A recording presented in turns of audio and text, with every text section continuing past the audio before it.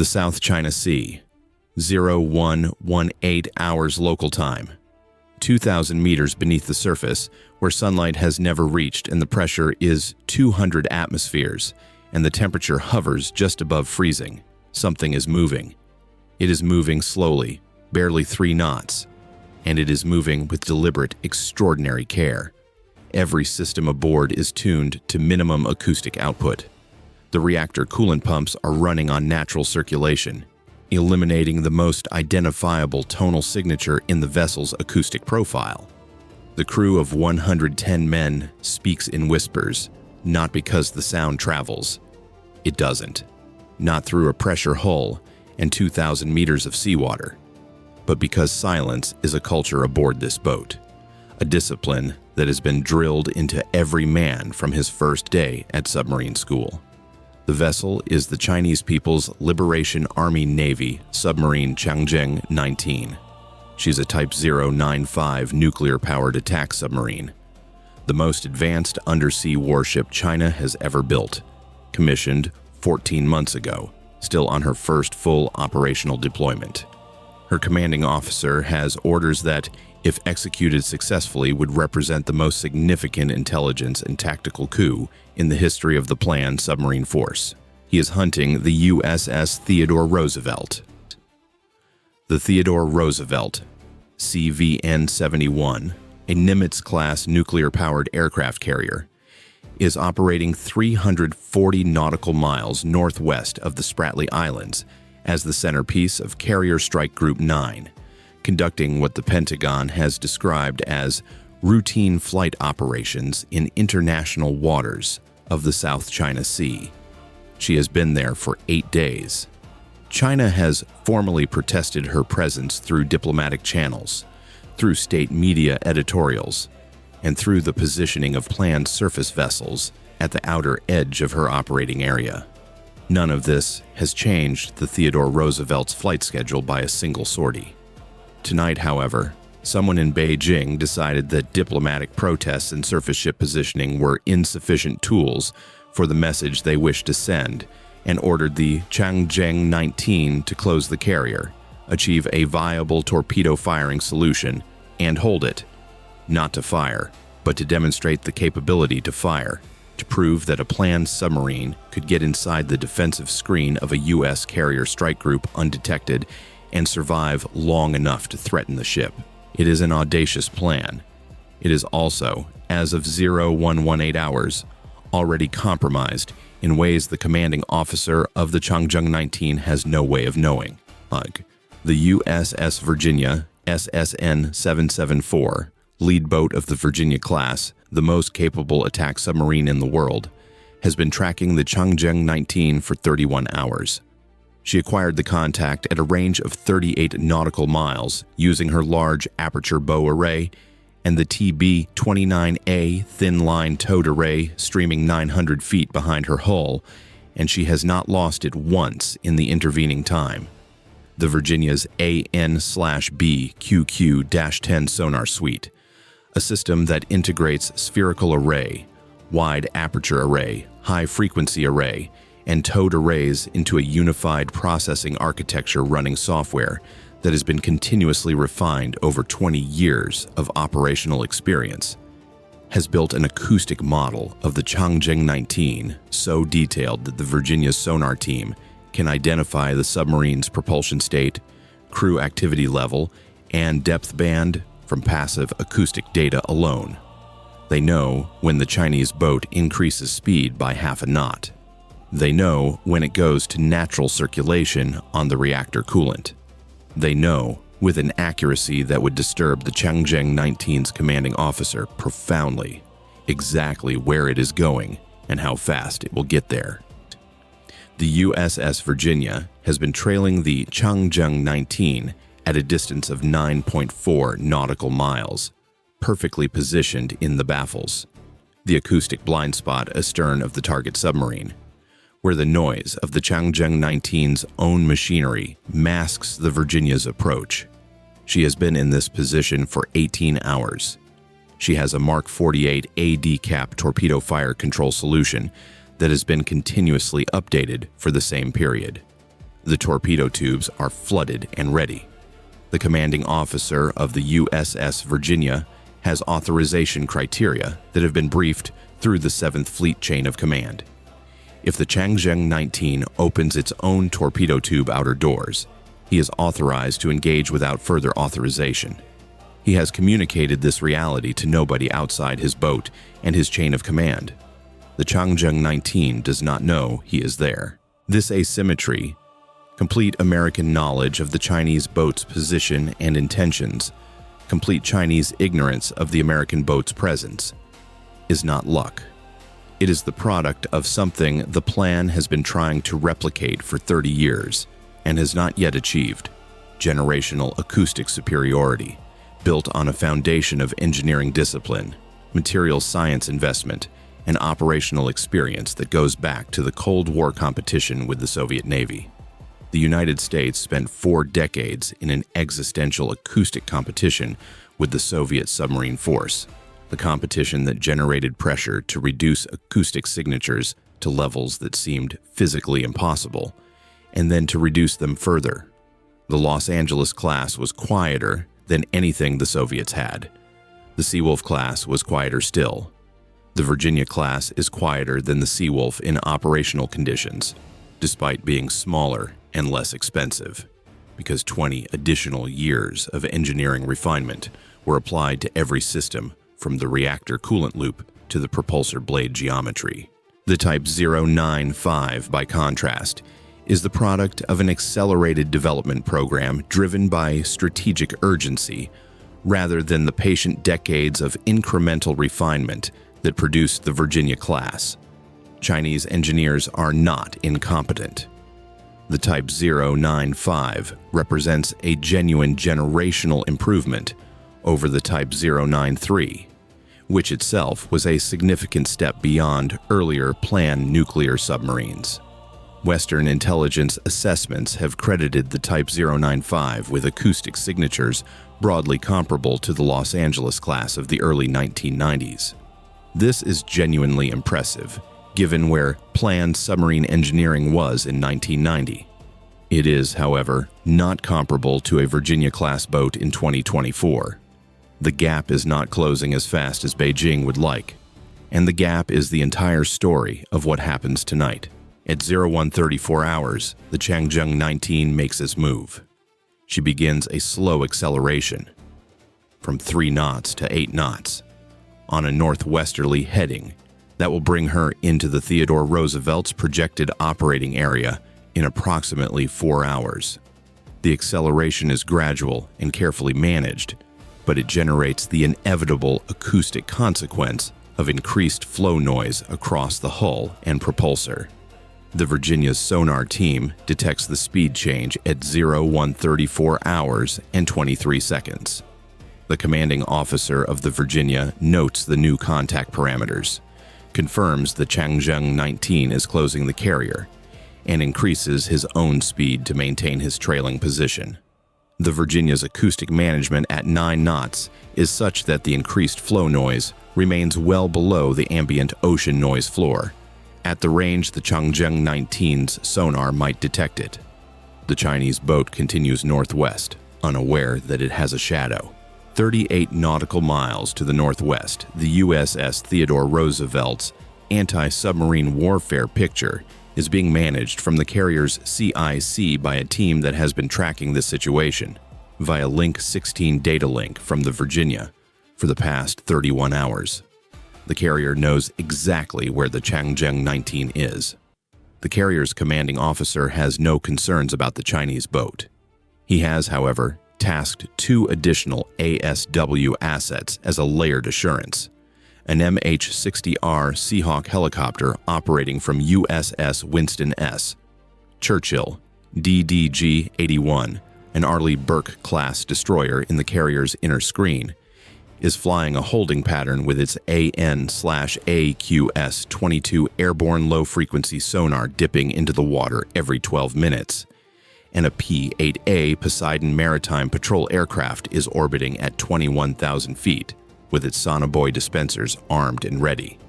The P-8A carries 84 sonobuoys, AN/SSQ-125 advanced deployable sonobuoys that once dropped in a pattern create an acoustic sensor field capable of detecting any submarine within several nautical miles.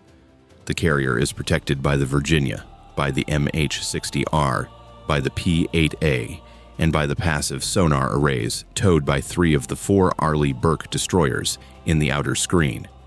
To penetrate this detection architecture without being identified would require a submarine quieter than any China has ever built. At 02:47 hours, the Changzheng 19 reaches 80 nautical miles from the Theodore Roosevelt. The Chinese commanding officer initiates what his operational plan calls the sprint and drift approach, accelerating to 15 knots for 12 minutes to close the range, then decelerating to 4 knots and going fully silent to listen and assess before continuing. It is a sound technique derived from Soviet Cold War doctrine, refined through plan exercises in the Pacific. It has one critical vulnerability. The sprint phase generates acoustic signature at a level that is clearly detectable at ranges the Chinese commanding officer's training and doctrine have not prepared him to account for. His boat is quiet. It is not that quiet. The Virginia's sonar chief calls the sprint at 02:47 hours and 08 seconds. The contact's speed over ground jumps from 8 knots to an estimated 15.3 knots. The Changzheng 19's propulsor signature, a specific tonal pattern at a frequency that Chinese engineers have not yet been able to eliminate from the Type 095's acoustic profile, clarifies in the water. The Virginia's commanding officer updates his fire control solution in real time. At maximum sprint speed, the Changzheng 19 is making enough noise that the Mark 48 AD cap's active sonar seeker would find it from over 20 nautical miles. The Virginia's commanding officer does not need the active seeker. He has had a passive solution for 31 hours, and the sprint has only made it cleaner. At 02:59 hours, the Changzheng 19 decelerates, the drift phase of the sprint and drift. She goes to 3 knots, raises her passive sonar sensitivity, and begins listening. This is the moment in the Chinese operational plan where the commanding officer confirms he has not been detected. He listens for American submarines, hears nothing, and proceeds. What he hears is the ambient noise of the South China Sea, biological noise from shrimp and fish, the distant machinery, hum of commercial shipping 20 miles to the east, the occasional low-frequency groan of tectonic activity from the Spratly Ridge. He does not hear the USS Virginia, because the USS Virginia, at 9 nautical miles in his baffles, is making less noise than the shrimp. His sonar team listens for 12 minutes and reports no contacts. He accepts this report. He orders the next sprint. This sequence repeats 3 times over the next 90 minutes. Each sprint, each drift, each clean sonar report, the Changzheng 19's commanding officer grows more confident. He is closing the carrier. He has not been detected. His plan is working. He does not know that each sprint has been tracked, each drift has been tracked, and the Virginia has maintained its trailing position through all of it with a comfort and precision that reflects an acoustic advantage so fundamental that no amount of careful maneuvering by the Changzheng 19 can overcome it. At 04:41 hours, the Changzheng 19 reaches 34 nautical miles from the Theodore Roosevelt. This is the point at which the Chinese operational plan calls for the commanding officer to achieve his torpedo firing solution, to maneuver to a beam aspect on the carrier's projected track, compute the fire control geometry, and hold it. Not to fire. To hold it, record the parameters, and transmit them to shore via the VLF burst communication system that the boat carries for exactly this purpose. To prove to Beijing and to the planned submarine force that a Chinese nuclear attack submarine penetrated a U.S. carrier strike group's defensive screen, he begins his maneuver to the beam. He comes left, slowly, bleeding speed down to 2 knots, trying to generate minimum possible acoustic output during the most critical phase of the approach. His sonar team is fully alert, listening on all arrays. His fire control officer is at his console, inputs ready. His torpedo tubes remain closed. The plan is explicit on this point. No provocative actions, no tube flooding, no active sonar emissions. Observe and record only. At 04:48 hours, the commanding officer of the USS Virginia makes a decision not to engage. The Changzheng 19 has not opened its torpedo tubes, has not taken any action that meets the engagement authorization criteria. But the Virginia has been trailing this boat for 32 hours, and the commanding officer has determined that the time has come to deliver a message. A message that requires no words, no encrypted transmission, no diplomatic channel. A message delivered in the language that submarine officers understand better than any other. At 04:48 hours and 41 seconds, the USS Virginia goes active. Her AN/BQQ-10 spherical array emits a single active sonar pulse, a powerful precision-focused transmission in the mid-frequency band that propagates through the water at 1,500 meters per second and arrives at the Changzheng 19's hull 6.3 seconds later. The Chinese sonar team, monitoring their passive arrays in careful silence, receives this signal at approximately 130 decibels, roughly equivalent to standing next to a jet engine at 30 meters. Every man on the sonar watch knows instantly what that sound means. An American submarine has just actively pinged them from their baffles, from a range of 9.2 nautical miles, which the time of flight calculation on the active return gives them immediately. An American submarine has been behind them for... The question hangs in the air of the sonar room. How long? The answer, though the Chinese commanding officer does not know it, is 32 hours and 6 minutes. The Changzheng 19's commanding officer takes 11 seconds to respond. Then he orders all stop, then orders the con to bring the boat around and sprint southeast at maximum speed. The operational plan is abandoned. The approach is abandoned. Getting out of the area is the only objective.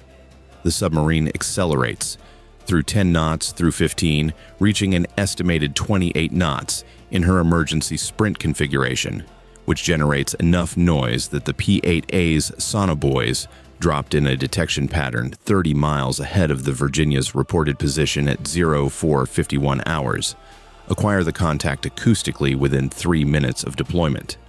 The MH-60R Seahawk dips its sonar at 04:59 hours and gets a clear active return at 14.7 nautical miles. Every platform in the carrier strike group now holds the Changzheng 19 on active track. She is running. She is being tracked.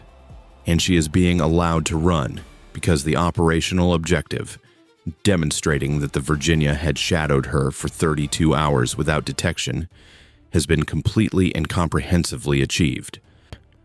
The Virginia transmits her engagement summary to the Theodore Roosevelt via acoustic modem at 05:07 hours.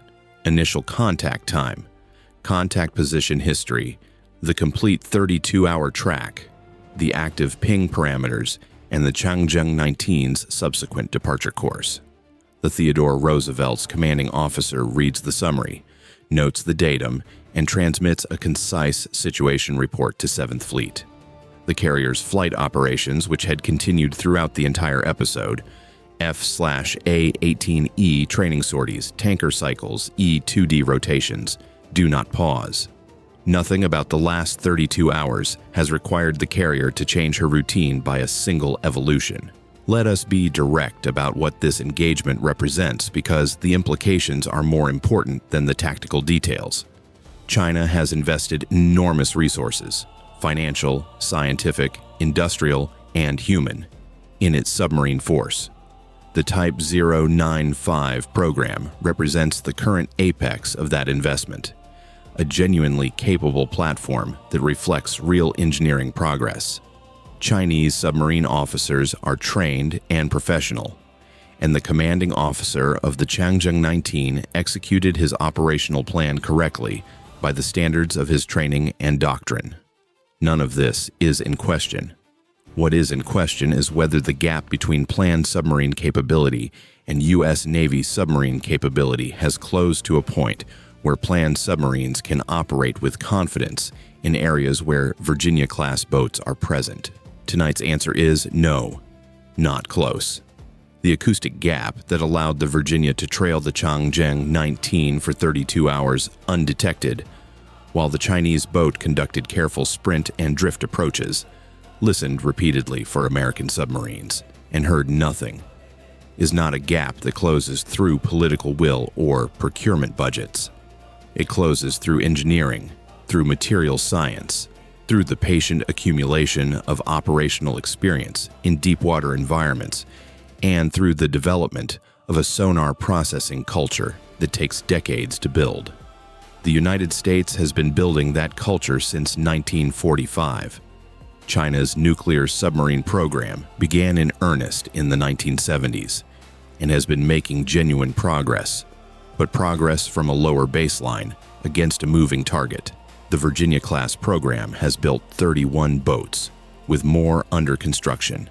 Every hull incorporates lessons from every previous hull. The acoustic signature reduction measures built into the Virginia represent the convergence of every acoustic engineering advance made in the Los Angeles class, the Seawolf class, and 30 additional years of research into hull-mounted acoustic isolation, propulsor geometry, machinery mounting, and reactor plant design. You do not replicate this through espionage or reverse engineering.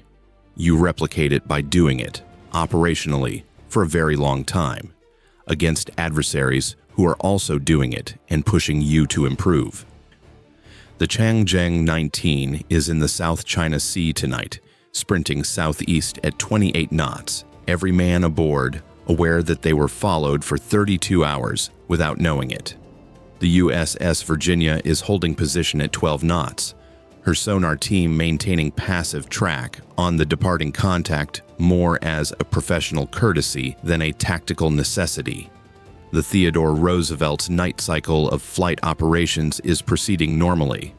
The South China Sea is, as it has always been, an ocean where American submarines operate with a freedom and a confidence that no adversary has yet been able to challenge at the level that matters most. The level measured not in diplomatic protests or satellite imagery or press conferences, but in the cold, dark, pressurized space 2,000 meters below the surface, where the only thing that counts is whether you can hear the other submarine before it hears you.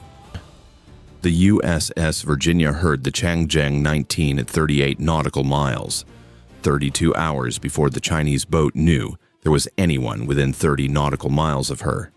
That distance, 38 miles of acoustic advantage, 32 hours of undetected trailing, is the real measure of where American undersea warfare capability stands relative to its most serious challenger. It is not a comfortable number for anyone planning planned submarine operations in a contested environment. The Changzheng 19 will return to port. Her commanding officer will write his patrol report. The operational plan called for a demonstration of planned capability to hold an American carrier at risk. What he demonstrated instead was the capability of the USS Virginia to hold his boat at risk from 38 nautical miles for over a day without his knowledge.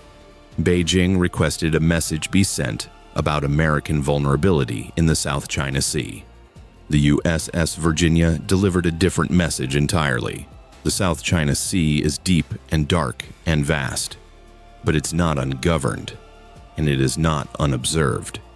The Virginia was already there. Bye for now.